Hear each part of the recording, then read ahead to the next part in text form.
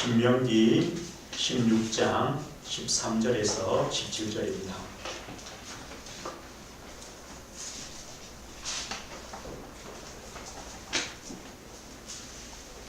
(13절부터) 함께 말씀 보겠습니다.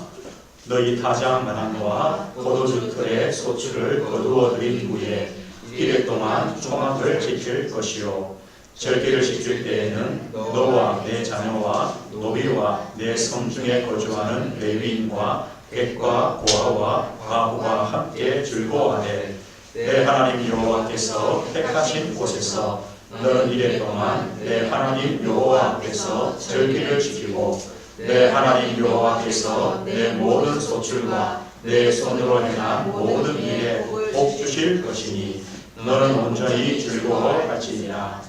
너희 가운데 모든 남자는 1년에 3번 곧 무교절과 칠칠절과 초막절에 내 하나님 여호와께서 택하신 곳에서 여호와를 배울 빈손으로 여호와를 배우지 말고 각 사람이 내 하나님 여호와께서 주신 복을 따라 그 힘대로 할지니라. 아멘.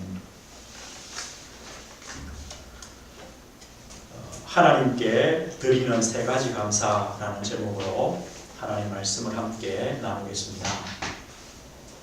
오늘 추수감사 우주일과 성찬식을 함께 드립니다. 추수감사는 올 한 해의 어떤 곡식 또 올 한 해의 어떤 결산을 감사드리는 그런 의미죠. 그런데 사실 추수감사절의 의미는 그 의미보다 더 넓습니다. 큽니다. 하나님께서 이 절기를 지키시라고 하신 이유는 어떤 그때그때의 감사 정도가 아닙니다. 절기를 지키라고 하고 이 이유는 늘 기억하고 있으라는 겁니다. 하나님께서 이 지키라고 한 절기들을 보면요, 우리 신앙의 여정과 관계가 있습니다. 똑같습니다. 그 이스라엘 절기의 처음 시작이 무엇입니까? 6월절이거든요. 첫 달에 있는 것이 6월절입니다. 6월절은 어떤 의미입니까? 양의 피를 바르고 애굽에서 구원받은 거잖아요. 어디서 시작하느냐? 구원에서 시작합니다. 구원받은 백성들이요, 첫 열매, 초실절이죠. 첫 열매는 또 뭘 의미합니까? 그리스도께서 부활의 첫 열매 되시죠. 이것처럼 그리스도의 그 십자가를 통하여 구원받은 우리는 부활의 소망을 가진다는 겁니다. 그리고 그 초실절에서 50일 후에 오순절 감사를 드리죠. 오순절의 의미가 뭡니까? 구원받은 우리에게 하나님이 성령으로 역사하신 날. 그리고 마지막 절기가 오늘 감사절입니다. 이 마지막 절기는 어떤 의미입니까? 하나님이 약속하신 가나안 땅에 들어가서 그곳에서 하나님이 주신 은혜를 감사하는 것. 다시 말하면 우리에게 영원한 하나님 나라를 소망하며 바라보는 그것까지가 감사거든요. 어떻게 보면 우리가 구원받음으로부터 하나님 나라까지 그 모든 것이 감사입니다. 그래서 이 감사를 잊지 말도록 절기를 통하여 또 기억하게 하시는 겁니다. 아니 우리 농사도 안 짓는데 무슨 매출 감사고 추수 감사냐? 그렇기 때문에요, 오늘 이 장막절, 초막절, 또 추수감사절 어떻게 지키라고 하냐면 혹시 거두은 것 감사드려라 그래 하지 않고요, 일주일 동안 초막을 지어요. 초막을 지어서 전 가족들이 거기서 일주일을 생활해요. 불편하겠죠. 아니 옆에 좋은 집이 있는데 오늘부터 일주일 동안 집 옆에요 텐트 치고 일주일만 생활해 보세요. 어떤 생각이 드실 거예요? 하나님께서 애굽에서 구원하셔가지고 광야에 이렇게 살았지. 우리 조상들이 저 애굽의 노예에서 구원받아서 광야에서 이렇게 살다가 가나안에 왔지. 이걸요 잊지 말라는 거예요. 이것이 바로 추수감사절의 의미입니다. 하나님의 구원, 하나님의 인도, 하나님께서 이곳까지 오게 하신 감사, 이것을 잊지 말라는 거죠. 오늘 저 성도님들은 늘입니다. 항상입니다. 하나님께 드리는 세 가지 감사, 이것을 꼭 잊지 마셔야 됩니다. 그 첫 번째 감사가 어떤 것입니까? 구원의 은혜를 주신 하나님께 감사를 드리는 겁니다. 이스라엘 백성들에게 6월절에 그 구원의 은혜가 없다면 광야도 없고 가나안도 없죠. 뒤에 게 있을 수가 없습니다. 저 우리 성도님들에게 그리스도로 말미암아 주시는 구원이 없다면 다른 것은요, 감사할 게 없어요. 하나님은 우리에게 어디서부터입니까? 하나님의 구원으로부터 시작하십니다. 이스라엘 백성이 애굽에 그 노예되고 바라왕의 손에 압제를 당하고, 노예라는 것은요, 한번 노예가 되면 대대로 노예 아닙니까? 자식을 낳으면 자식도 노예입니다. 아니, 아무리 똑똑해도 노예입니다. 그 굴레에서, 저주에서 벗어날 수가 없습니다. 언제입니까? 6월절 양의 피 바른 날, 바로왕의 손에서, 그 애굽이란 그 흑암의 땅에서, 노예란 그 저주와 재앙에서 영원히 해방받았습니다. 자유인이 되었습니다. 하나님 백성이 되었습니다. 가나안을 소망하는 소망 가진 자가 되었습니다. 이것이 바로 구원입니다. 저 우리 성도님들은 어떻습니까? 하나님께서 창세 전에 그리스도 안에서 우리를 택하셨다고 말씀합니다. 그리고 그리스도의 그 십자가의 속량, 피값, 구속으로 말미암아 우리의 죄를 사하시고 하나님의 자녀로 삼으셨습니다. 이 바울은요, 에베소 1장에 뭐랍니까? 찬송하리로다. 찬송할 수밖에 없어요. 감사할 수밖에 없어요. 우리에게 하늘에 속한 신령한 복을 그리스도 안에 주신 것을 감사할 수밖에 없다. 우리에게 늘 뭐가 있어야 되느냐? 이 감사와 간격이 있어야 됩니다. 왜냐? 우리는요, 가장 중요한 이 구원의 은혜를 자꾸 잊어버려요. 이스라엘 백성들이 출애굽하여 나왔죠. 홍해를 만납니다. 광야에 들어갑니다.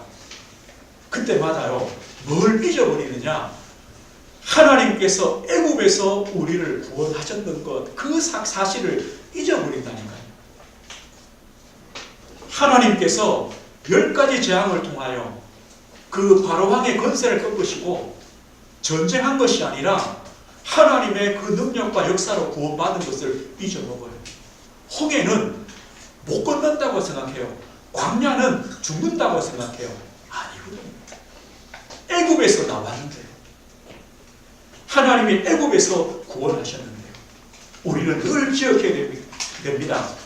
하나님께서 나를 어디에서 구원하셨느냐? 하나님께서 나를 어떻게 구원하셨느냐? 구원받은 나는 누구냐? 이것을 잊지 않는 거예요.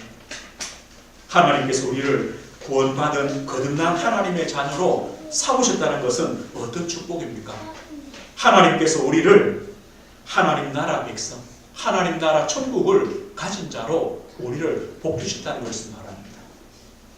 우리가 구원받았다는 것은요, 이제부터 하나님께서 구원받은 백성을 책임지신다는 겁니다. 하나님께서 우리의 주인 되신다는 겁니다. 우리를 다스리시고 인도하시겠다는 것을 말합니다. 어디에서요? 홍해 앞에서요. 광야 앞에서도 하나님께서 우리를 인도하시겠다. 모세가 이런 고백을 하죠. 이제 가나안 땅을 앞두고 신명기 이제 끝부분에 이런 고백을 합니다. 이스라엘이여, 너는 행복한 사람이로다.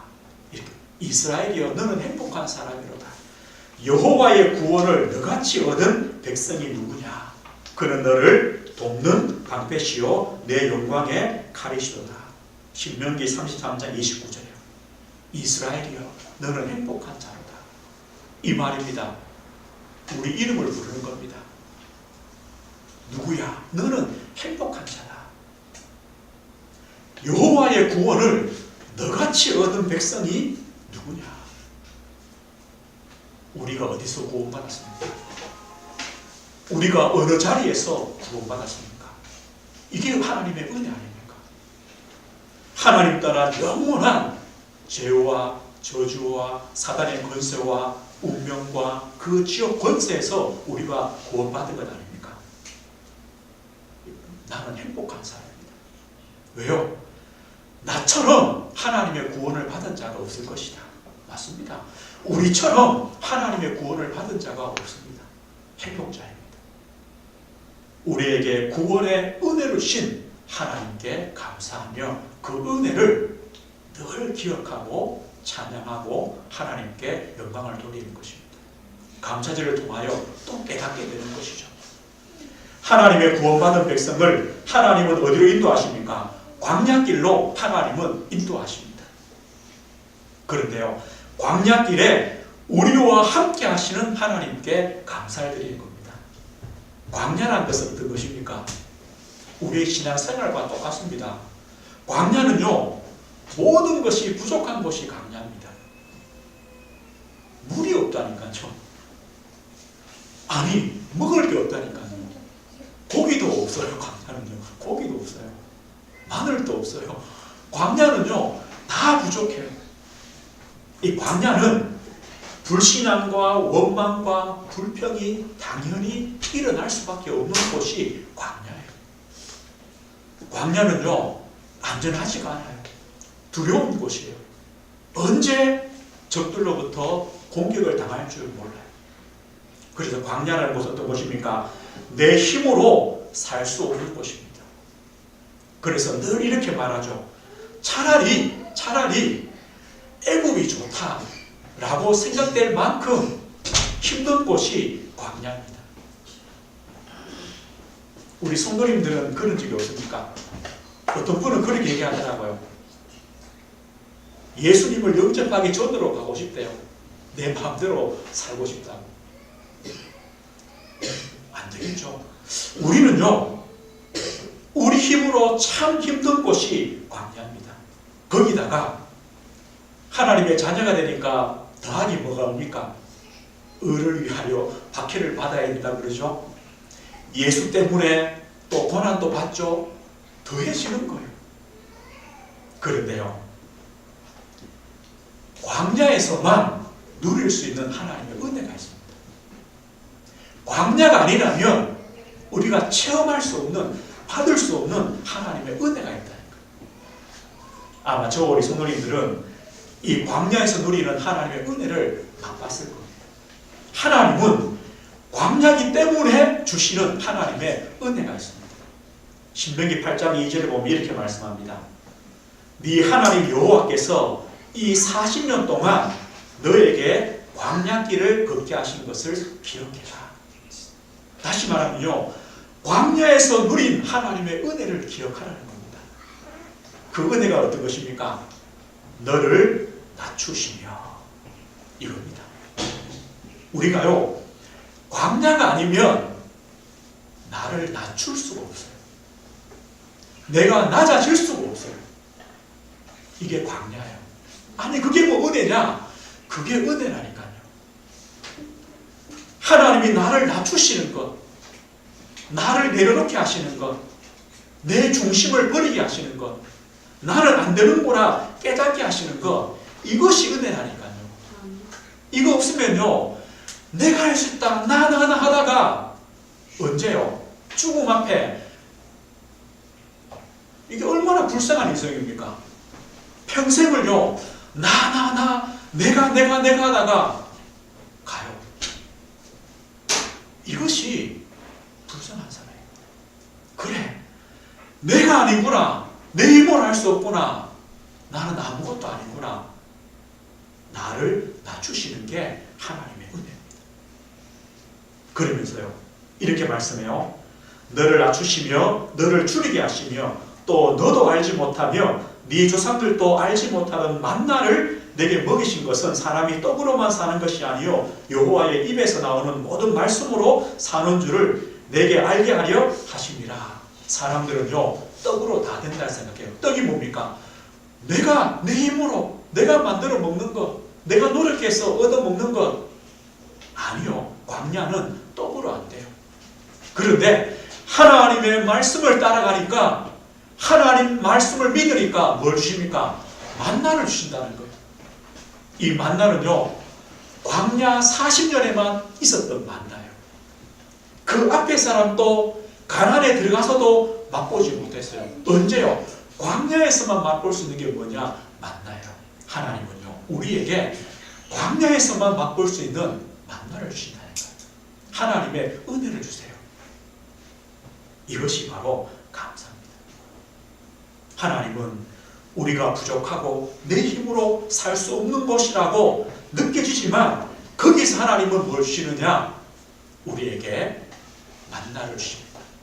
하나님의 은혜를 주십니다. 왜냐?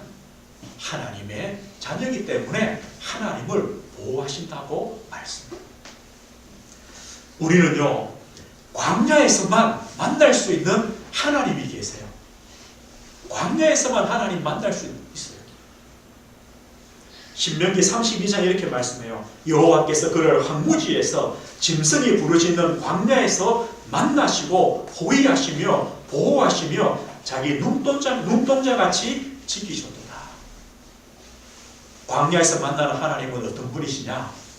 우리를 호위하시고 우리를 둘러싸신다는 거예요. 우리를 보호하시며 눈동자같이 지키신다. 어쩌면 제일 몸에 약한 곳이 눈동자 아닙니까? 하나님은요, 그것처럼 우리를 지키신다. 우리가 만나는 하나님은 이런 하나님입니다. 광야에서 우리를 훈련시키시고 오직 하나님께서 우리와 함께 하시고 우리를 인도하십니다. 이것이 바로 광야입니다. 그래서 우리는요, 광야길을 가면서도 하나님께 감사를 주십니다. 광야에서만 주시는 하나님의 은혜를 우리가 받기 때문에, 광야에서 만나는 하나님이 계시기 때문에. 그런데요, 광야길에는 또 한 가지 축복이 있습니다. 어떤 축복입니까?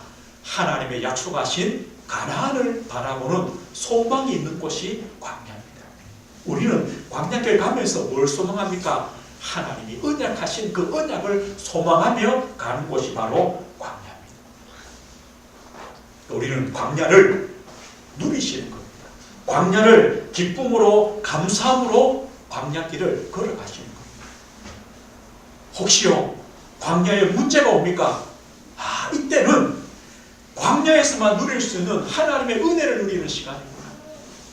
광야에서 만날 수 있는 하나님을 만나는 시간이구나. 틀림없습니다. 하나님께서 지금까지 우리에게 그렇게 하셨고 앞으로도 그렇게 하실 것입니다. 광야에서 우리와 함께 하시는 하나님께 감사를 드리는 겁니다. 우리가 이 하나님의 구원과 광야길의 은혜를 받은 우리가 또 한 가지 감사할 것이 있습니다. 영원한 하나님 나라를 보장하신 하나님께 감사를 드리는 겁니다. 저와 우리 성도님은요, 보장받았습니다. 그래서 구원을 보고 이렇게 했죠. 성령으로 인치셨다. 이 도장 한번 찍으면 끝이죠. 인쳤다는 거죠. 우리에게 보장하셨습니다. 어디를요? 하나님의 나라. 우리는 그 하나님 나라를 소망하며 살아가는, 거기에 대한 하나님께 감사합니다. 이 하나님 나라는요, 언제부터 누리느냐? 지금부터 누리는 하나님의 나라입니다. 우리가 현재 하나님 나라를 누려갑니다. 하나님께서 나의 아버지가 되시고 내가 하나님의 자녀가 되고, 하나님이 나의 주인이시고 나의 왕이셔서 내 인생을 지금도 함께 하시고 다스려 가시는 것입니다. 하나님의 절대 주권과 역사 속에 우리가 있습니다. 우리가 고백하죠. 주님이 주인 되시는 교회, 바로 이걸 말하죠. 우리가 하나님 나라를 바라보며 우리 믿음의 공동체가 주님께서 우리의 왕이시오, 주님이 주인이시오, 주님의 인도를 따라 함께하는 그 축복입니다. 주님이 주인 되시는 성도 아닙니까?